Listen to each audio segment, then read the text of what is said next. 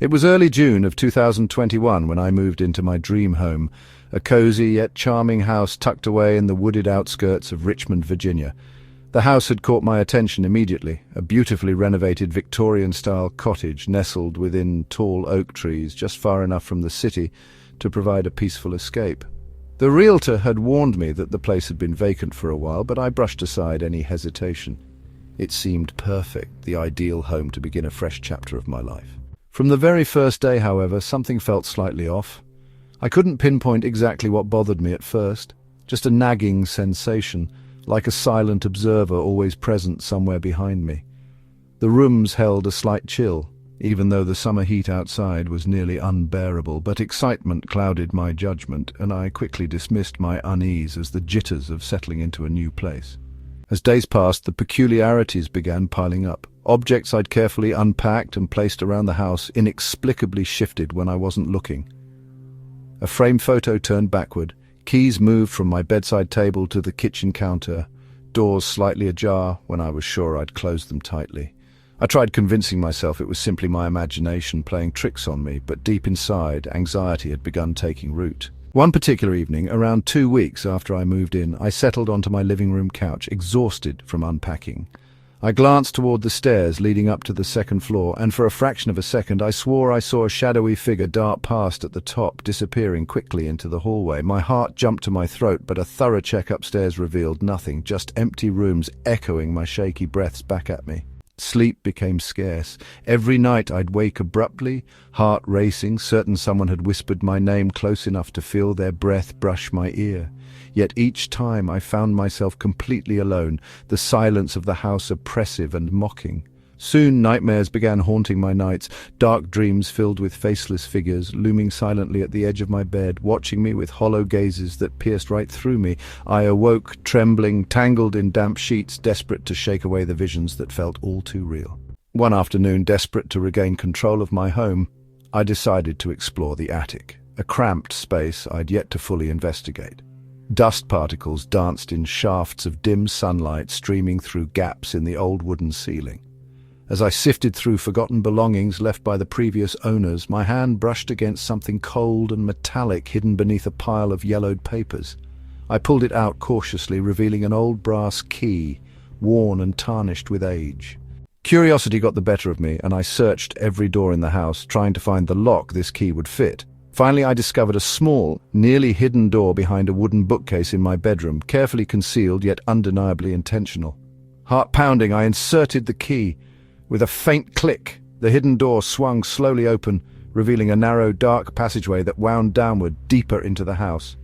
Shivering despite the stifling heat, I grabbed a flashlight and descended hesitantly.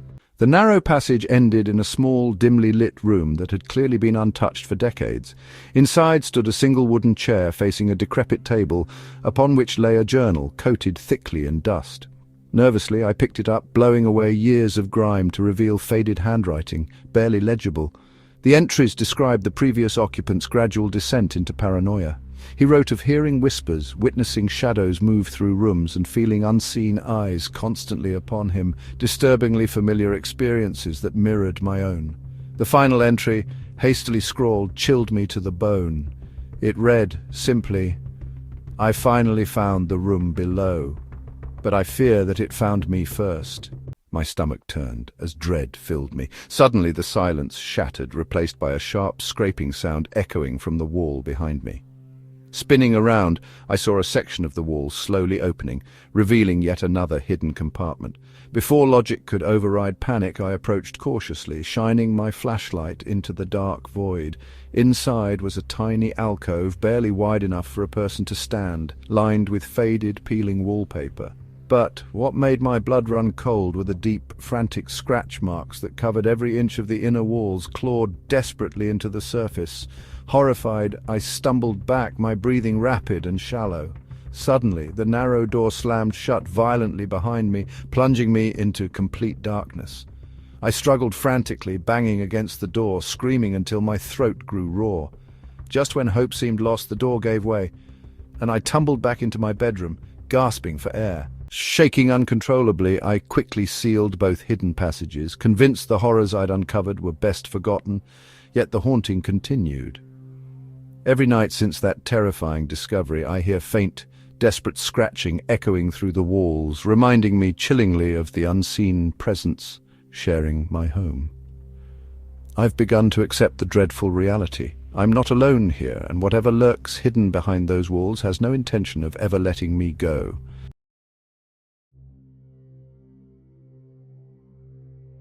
It was mid-March of 2022 when I finally moved into my new house. A charming bungalow situated at the end of a quiet cul-de-sac in Salem, Massachusetts. At first glance, the neighborhood seemed ideal, peaceful enough for solitude yet close enough to the city for convenience. I'd been warned about Salem's haunted reputation, but I laughed off the suggestions, chalking them up to local folklore and superstitious nonsense. From the first night, however, strange occurrences quickly challenged my skepticism. I told myself it was nothing serious, just creaks and groans of an old house settling.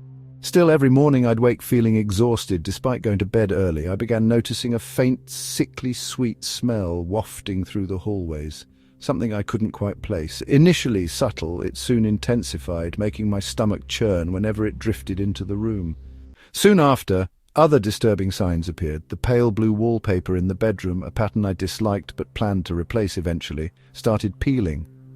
Oddly, the peeling happened rapidly, almost unnaturally. Each morning I'd find larger strips hanging loosely as if someone had purposefully torn them overnight. Initially I blamed humidity and faulty adhesive, but deep down a nagging suspicion stirred, whispering that something else entirely was at play. One evening, while stripping away a particularly large section of the wallpaper, I froze in shock.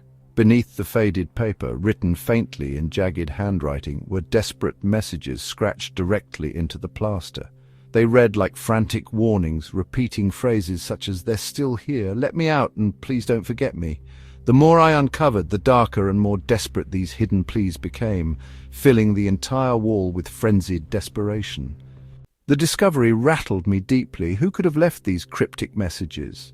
Unable to ignore it, I began researching the history of my new home. After days of digging through local records, I learned the unsettling truth.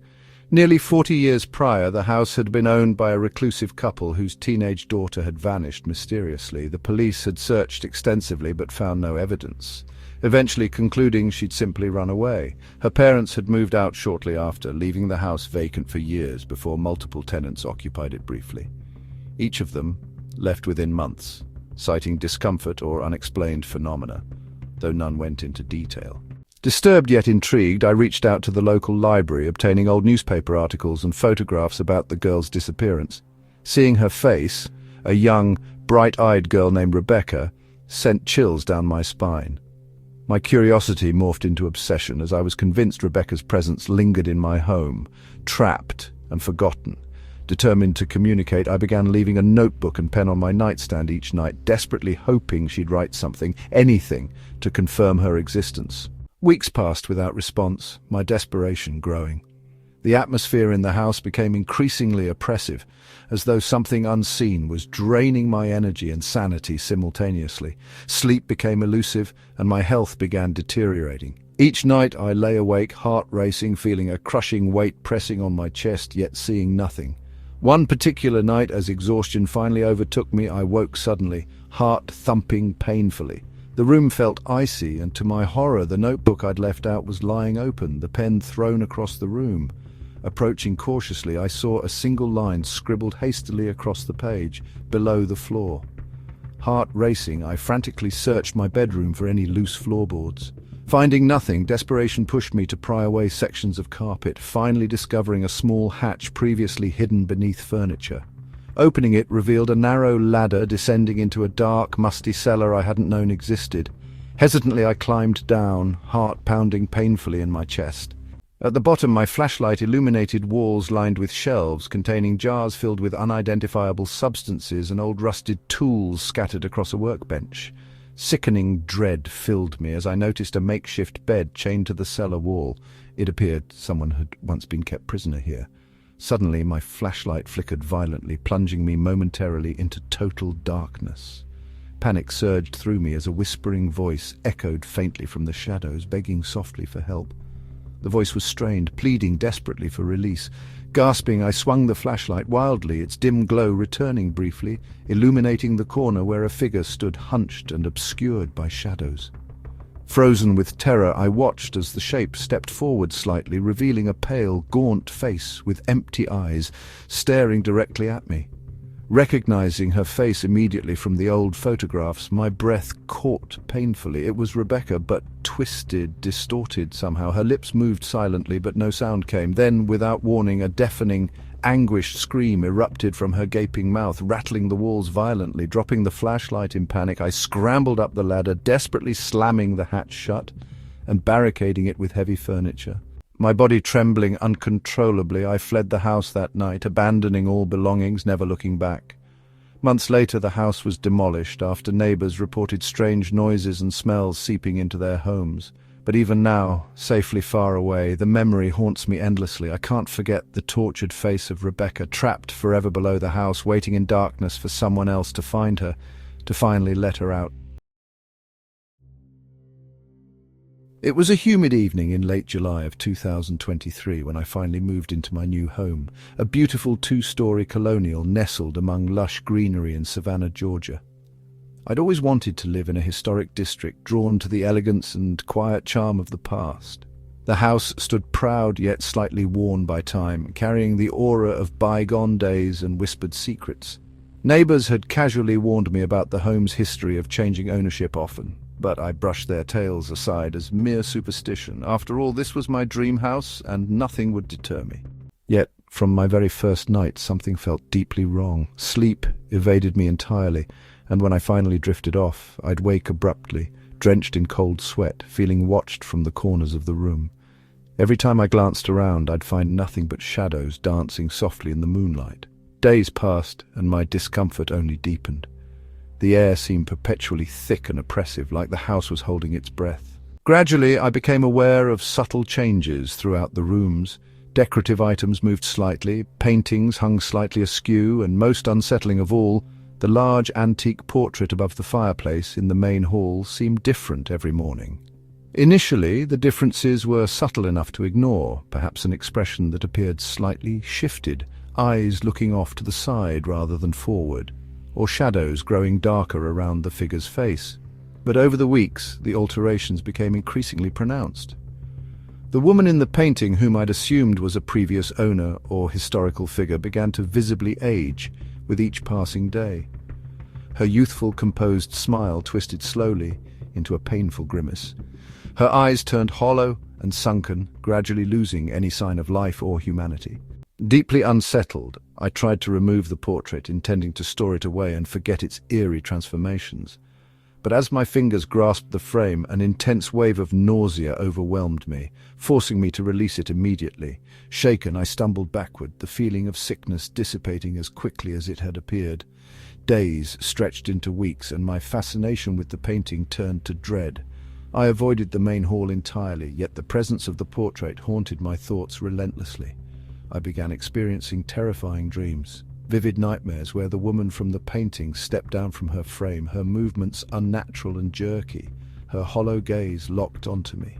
She would slowly advance, her outstretched hand reaching desperately, whispering unintelligible warnings. Each morning I'd awake exhausted, feeling as if she'd drained the life out of me during those restless hours. My health deteriorated rapidly, friends commenting that I looked sickly, pale and hollow-eyed. But worst of all, I felt something inside me changing, a creeping presence growing stronger, taking hold. Desperate to regain control, I contacted a local historian, eager to uncover the truth behind the painting and the home's past. What she revealed chilled me to my bones. In the early 1900s, the house belonged to an affluent family known for their elaborate social gatherings, but behind closed doors, the family was plagued by tragedy.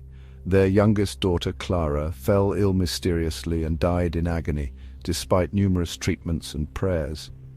Devastated, her grieving mother commissioned the very portrait I'd been unable to remove, desperate to capture her daughter's image for eternity.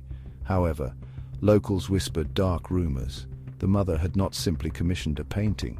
She'd employed an infamous artist known to dabble in the occult. The legend suggested that Clara's soul, trapped and unable to move on, remained tethered eternally to the portrait, forever reliving her torment. Shaken by this revelation, I returned home, determined to destroy the painting immediately. But as I entered the main hall, a cold dread filled my chest. The portrait had changed drastically. Clara's image was no longer visible. Instead, the painting displayed a twisted, shadowy figure, barely recognizable as human, its dark, empty sockets fixed directly on me. Paralyzed by fear, I watched helplessly as the figure seemed to move within the frame, shadows swirling like mist, spilling out of the painting onto the floor. The darkness stretched and twisted, shaping itself into Clara's distorted form, her presence radiating unbearable anguish. I turned to flee, but my limbs felt heavy, frozen. Behind me, her whisper filled the air, anguished and pleading. She begged for release, pleaded for someone, anyone, to take her place. Suddenly, unbearable coldness gripped my heart, pain surging violently through my body.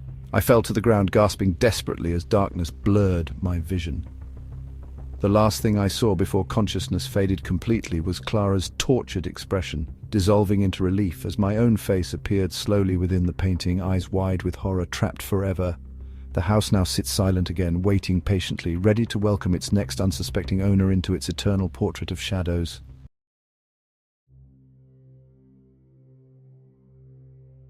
If these creepy house stories kept you awake, make sure to like, share, subscribe, and hit the bell icon.